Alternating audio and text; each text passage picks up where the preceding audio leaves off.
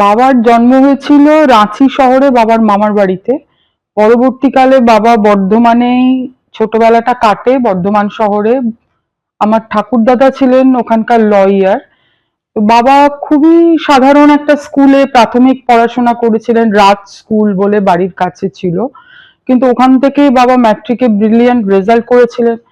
আমার ঠাকুরদা ঠাকুমার কাছে শুনেছি, মানে তখন খুব সম্ভবত উনি থার্ড বা ফোর্থ হয়েছিলেন। কাগজে ছবি বেরিয়েছিল, নামটাম বেরিয়েছিল, মানে বর্ধমান শহরে তখন একটা সেন্সেশন তৈরি হয়েছিল। এবং আমাদের বাড়িটার পরিচিতি মানে বাবার নামেই হয়েছিল এবং লোকে দেখতেও আসতো বাড়িটা। তো পরবর্তীতে বাবা ইন্টারমিডিয়েট করেছিলেন রাজ কলেজে, তারপরে তো প্রেসিডেন্সি কলেজে। তো বাবারা চার ভাই বোনের মধ্যে বাবা বড় ছিলেন।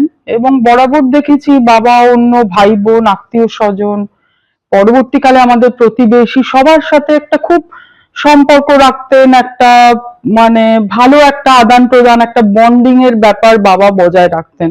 বাবাকে হয়তো আপাত দৃষ্টিতে দেখলে মনে হতো খুবই বোধহয় খুব কঠোর, ভীষণ স্ট্রিক্ট বা ওই রকম ডিসিপ্লিন, সেটা তো ছিলেনই, কিন্তু বাবার মনটা কিন্তু খুব নরম ছিল এবং ভীষণ স্নেহপ্রবণ ছিলেন। প্রত্যেকের জন্য অসম্ভব চিন্তা করতেন, আমাদের বাড়ির লোকেদের জন্য।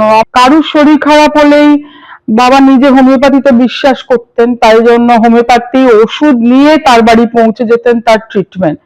এবং সে আমার বা আমাদের বাড়ির যে কোনো কারুর, আমার মেয়ের শরীর খারাপ হলে মানে কন্টিনিউয়াসলি সকাল বিকেল রাত্রি ফোন করে খবর নেবেন।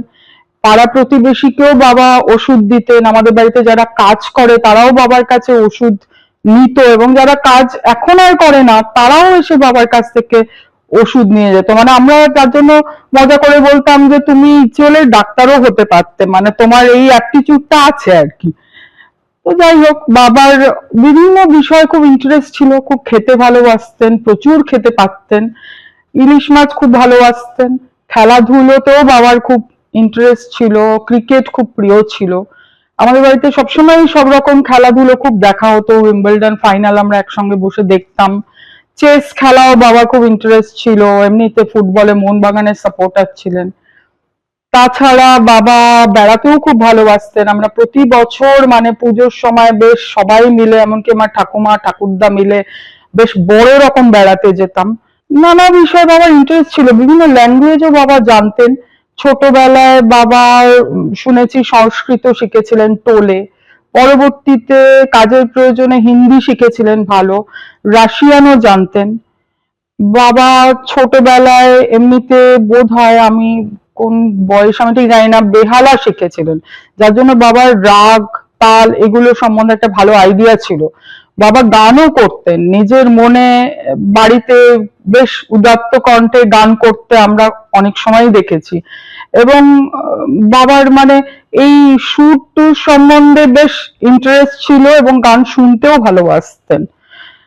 তো বাবার এত বিষয়ে ইন্টারেস্ট ছিল বলে বোধহয় আমরা এখন যেমন কোনো কিছু একটা জানতে প্রয়োজন হলে আমরা গুগল সার্চ করি, তখন আমরা কিছু একটা জানি না বা কিছু একটা জানা প্রয়োজন, বাবাকে একটা ফোন করলেই যে এটা বলো তো, এই লেটারটা লিখছি, এই সেন্টেন্স কনস্ট্রাকশন ঠিক আছে কি, বা এটার কি হবে, কে অমুক সালে জিতেছিল ক্রিকেটে, মানে বাবার মানে রেডি উঠতো, মানে গুগল ম্যান বলা যেতে পারে আর কি।